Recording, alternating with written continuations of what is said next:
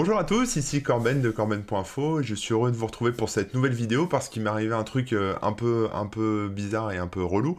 C'est que j'étais en train d'enregistrer un tuto il y a quelques temps et je me suis retrouvé avec une coupure de hub USB.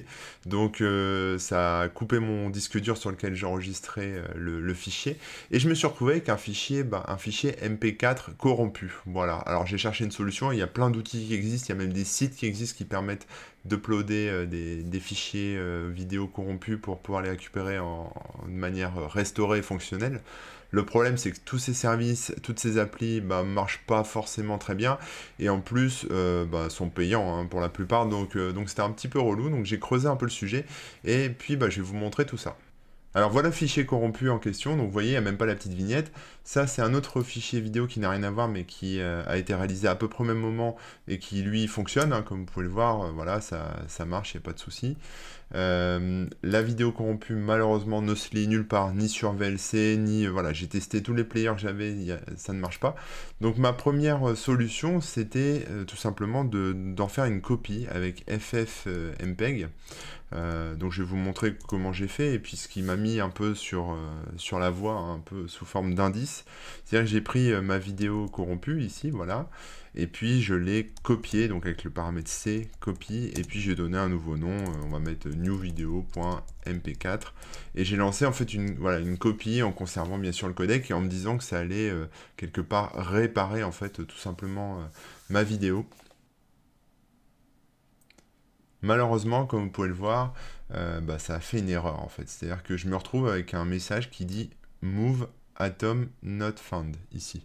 Alors du coup j'ai cherché ce que c'était que les Move Atom et ce sont des métadonnées en fait qui concernent le fichier MP4. Ça marche voilà, sur d'autres formats aussi, hein.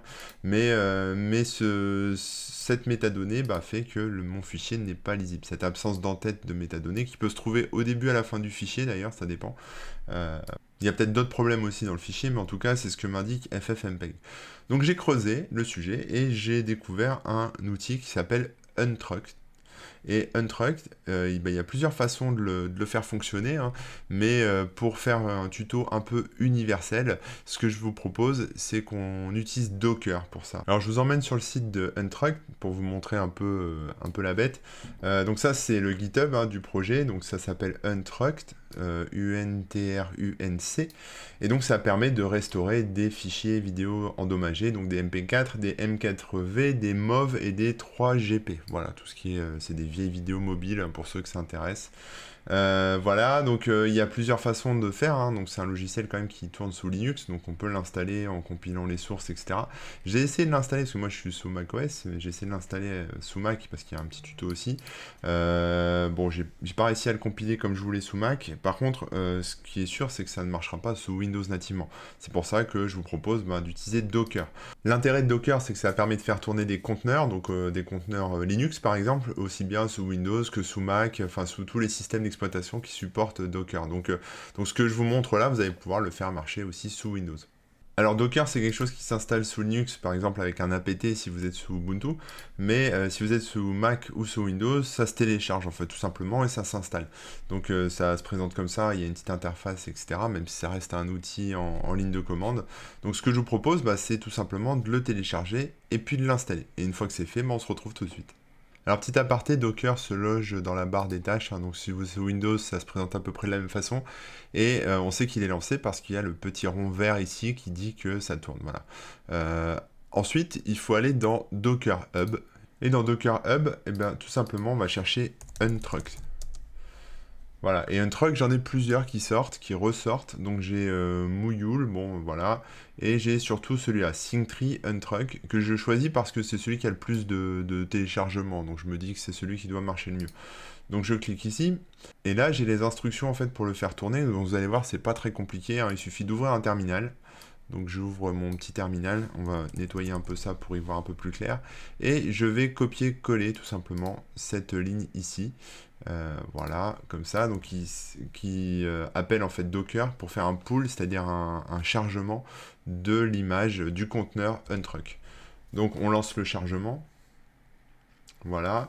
Alors Moi, j'ai fait des tests avant, donc c'est écrit que ça existe déjà, hein, forcément, mais ça va télécharger des choses chez vous. Ensuite, ce qu'on va faire, c'est qu'on va lancer en fait Untruck au travers de la machine Docker. Donc pour faire ça, on va taper Docker run-v.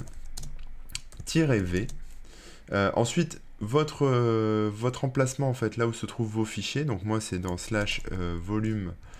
Alors attendez, j'efface, j'en ai mis trop. Ah, désolé. Donc c'est volume, moi c'est volume slash Samsung underscore T1, qui est mon disque dur. Donc ça, c'est l'emplacement où se trouvent mes fichiers vidéo, où se trouve mon fichier vidéo corrompu. Deux points. Ensuite, on met un slash files. Donc ça, c'est un genre d'alias, en fait, le slash files. Voilà, vous pouvez mettre slash toto si vous voulez, c'est pareil. Ensuite, vous tapez -it. Ensuite, vous mettez, alors je vais agrandir un petit peu la fenêtre pour que vous voyez mieux, voilà.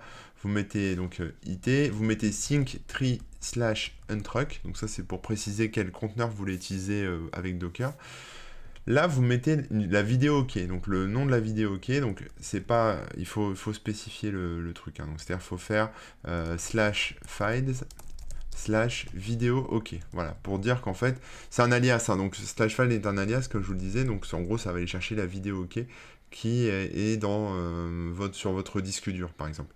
Donc, la vidéo OK, c'est le fichier de référence, c'est-à-dire que celle-là, elle fonctionne, c'est une vidéo qui est correcte et qui n'a pas de problème, mais qui va servir en fait de référence pour réparer la vidéo corrompue. Ensuite, on va faire slash files slash vidéo corrupted mp4.mp4. Donc là, voilà, ma ligne de commande est complète, donc je vais la lancer. Il va lire le fichier et commence en fait tout un tas d'écritures, on va dire, de logs, hein, qui défilent, qui en fait montrent les trames qui sont justement réparées. Donc c'est un petit peu long, on va laisser ça dérouler et je vous retrouve juste après. Voilà, le traitement est terminé. Et donc, si je retourne dans mon explorateur de fichiers, hein, dans mon Finder, je peux voir qu'il y a mes deux fichiers, donc vidéo OK et vidéo corrupted MP4 qui n'ont pas bougé. Mais j'en ai un nouveau qui a été créé, qui s'appelle vidéo corrupted.mp4 underscore fixed.mp4. Et si je le lance, vous allez voir, voilà, j'ai mon fichier qui est restauré. J'essaie d'accélérer un peu. On va couper le son si je peux. Voilà. Il se peut aussi que le son soit décalé, hein, forcément, entre l'audio et la vidéo, donc n'hésitez pas à recaler ça après dans votre outil d'édition vidéo. Et puis quant à moi, je vous dis à très bientôt. N'oubliez pas de vous abonner, n'oubliez pas de suivre le site sur corben.info. Et puis on se retrouve prochainement. Ciao!